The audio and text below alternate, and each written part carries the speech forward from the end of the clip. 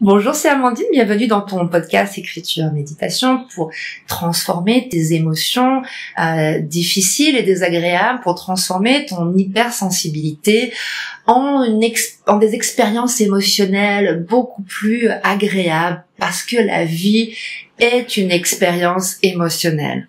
Ok, aujourd'hui j'ai le plaisir de te guider dans une expérience, une exploration intérieure pour comprendre et transformer ces moments où tu te sens en colère, où tu te sens déçu, irrité, que tu boues à l'intérieur de toi. Alors je sais pas pour toi, mais moi je me sens régulièrement en colère depuis l'adolescence d'ailleurs, où j'ai découvert beaucoup d'injustices autour de moi, dans le monde, dans ma vie, et que je ne savais pas à l'époque que d'une part la colère c'est normal, tu es en colère, c'est tout à fait normal, mais la colère, nos colères s'empirent quand elles ne sont pas exprimées, elles explosent. Ok, plus j'étudie les émotions, plus j'enseigne les émotions, plus je pratique l'intelligence émotionnelle sur moi-même, plus je me rends compte qu'il y a quand même des super aspects à la colère. La première chose déjà que j'ai compris, c'est que la colère, ça se résout. Ça se résout dans le temps et ça se résout à travers l'action. Mais par contre, ça s'empire quand c'est pas exprimé, mais aussi quand on réagit trop violemment. Là, ça empire, notamment, ça a des dommages, ça a des dégâts sur nos relations. Mais ce que j'ai appris beaucoup plus récemment en travaillant avec énormément de coachs et de thérapeutes, de psychologues, d'experts, c'est que la colère, c'est un appel à l'action très puissant. Ça peut vraiment nous mettre le doigt, et en tout cas nous mettre dans l'action consciente et juste quand on arrive à l'utiliser comme un ami et non pas comme un ennemi. C'est pourquoi il est extrêmement important pour moi de mettre des mots sur la colère, ok, pour nous éviter de nous créer des problèmes, que ce soit dans le cadre de nos relations, mais également pour notre santé. Il y a énormément de problèmes de santé, notamment ce qui est lié à l'estomac et à la digestion, qui sont dus par un excès de colère, que l'on a une colère qu'on garde en nous, qu'on n'a pas du tout gérée, ou au contraire que l'on exprime trop. C'est vraiment important de comprendre que la colère affecte la qualité de notre vie, de notre santé et de nos relations. Quand on la cache, quand on ne l'exprime pas, quand on ne sait pas comment l'exprimer, mais également quand on ne sait pas comment la canaliser. Voilà, moi quand j'étais ado, mes parents passaient leur temps à me dire « mais canalise tes émotions, canalise ta colère ». Mais moi je savais pas du tout, donc je faisais, mais vraiment, ça s'amplifiait, ça devenait totalement catastrophique, dramatique. Ok, ça prenait énormément de place, c'était pas compris, et ça m'a causé énormément de problèmes relationnels, et pas que dans ma famille, malheureusement. Mais alors là, c'est vraiment ce que je voudrais vraiment t'emmener et t'embarquer dans cette expérience qu'on va faire aujourd'hui, c'est que j'ai découvert également avec tous ces experts que la colère, elle peut être extrêmement utile pour toi. Elle peut être utile pour t'affirmer, pour poser des limites saines, pour prendre les bonnes décisions, pour prendre des actions justes, équitables pour tout le monde, pour savoir ce que tu veux vraiment, pour exprimer parfois une peur. On est en colère parfois parce qu'en fait, il y a des peurs qui sont inconscientes. Ça, on en parlera dans un prochain podcast. C'est un sujet que je vais aborder en long, en large et en travers, parce que c'est encore plus difficile d'être ami avec ses peurs qu'être ami avec sa colère. La colère, elle peut être très utile pour toi pour exprimer une opinion, pour exprimer un désaccord, pour exprimer une différence. Parfois, on a des différences à affirmer par rapport aux autres. Ça va t'aider également pour prendre tes responsabilités et donc du coup te rapprocher de ta mission de vie et pour trouver des solutions équitables pour tout le monde. Moi, ça m'aide énormément là-dessus, puisqu'il y a des fois, alors, il y a des choses qui sont injustes, il y a des gens qui sont lésés dans certaines décisions. Donc, la colère, c'est vraiment quelque chose d'extrêmement important. Et pour moi, l'opposé de la colère, en fait, c'est la prise de pouvoir, mais également la passion. Voilà, c'est ce qu'on va voir ensemble dans ce podcast. Parce que maintenant, il est temps d'explorer ensemble ta colère, d'apprendre son langage et aussi d'apprendre à ton système nerveux de ne plus être réactif, de ne plus s'épuiser, mais au contraire de te recharger en énergie quand tu es en colère. Ok, les émotions dans leur ensemble, en fait, quand on ne sait pas quoi faire avec, et surtout quand on est hypersensible, en fait, elles nous déchargent. On a l'impression d'être puni. On n'est pas puni quand on est émotionnel. On n'est pas puni quand on est hypersensible. Au contraire, on peut se recharger en énergie, se recharger en pouvoir, en passion, on appelle à l'action grâce à nos émotions pour se rapprocher de notre mission. Je te rappelle que c'est vraiment pour ça que je fais tous ces podcasts et ces vidéos. Donc maintenant, prépare ton cahier, on va embarquer ensemble dans cette exploration intérieure ensemble. Ok, la première chose que je vais t'inviter à faire, c'est de ralentir ton cerveau agité, de faire une pause dans ta journée, de mettre tes pieds bien à plat au sol, d'ouvrir ta posture, d'ajuster ta posture pour te sentir confortable dans ton corps, dans tes épaules, dans ta poitrine, de te connecter ta tête à tes idées, à ta créativité, de connecter à quelque chose qui est plus grand que toi, qui te dépasse, ta mission, tes passions. Ok? Et à partir de ça, de cet état d'esprit que tu es en train de créer, de changer là en ce moment, je vais t'inviter à inspirer longuement et profondément sur le compte de 4 à ton propre rythme et d'expirer longuement et profondément sur le compte de 4 à ton propre rythme. Ok? Continue de respirer longuement, profondément pour te connecter encore plus à ton corps, à tes émotions, à ces moments de colère. Continue de respirer pour te connecter encore plus à comment ton corps se ressent en ce moment, pour te sentir encore plus en sécurité, pour te sentir encore plus relaxé. Respire et connecte-toi à ton monde intérieur, à ton monde émotionnel. Écoute tes émotions en ce moment. Écoute ce qui te met en colère, peut-être depuis des années, c'est les mêmes colères qui reviennent. Écoute cette colère sans te juger. Souris et respire encore plus profondément, longuement, car on sait que la respiration profonde est une des meilleures pratiques selon la science pour prendre du recul sur ses émotions et pour les comprendre, pour pouvoir les dissoudre, pour pouvoir passer à autre chose, pour ne plus stagner dans ta vie à cause des mêmes émotions qui reviennent en boucle.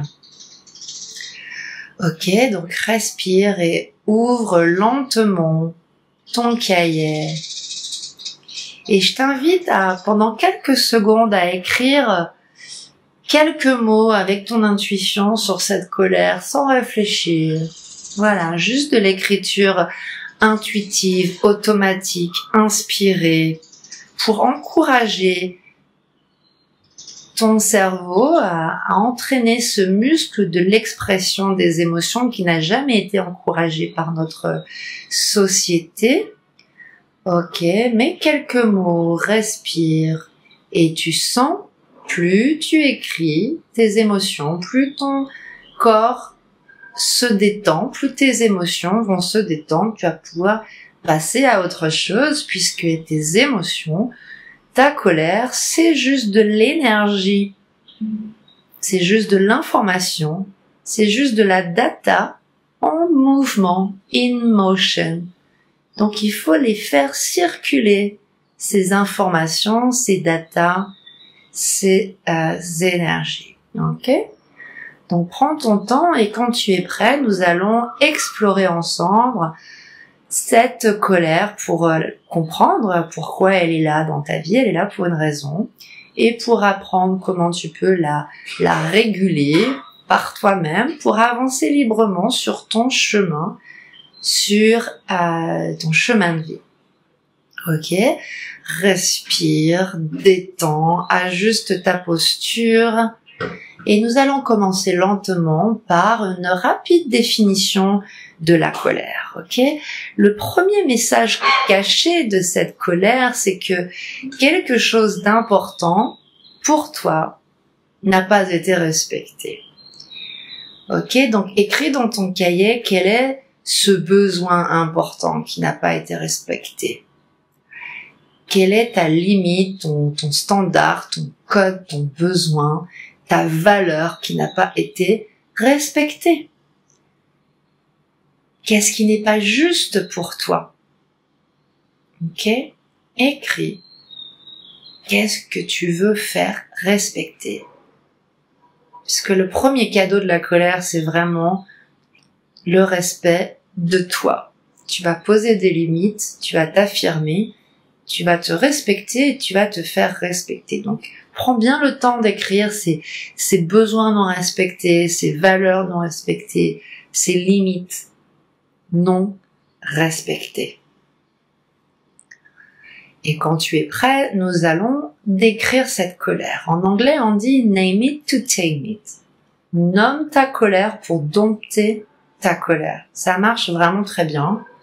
Donc, première chose, nomme ta colère. Qu'est-ce que c'est que cette colère? Décris-la.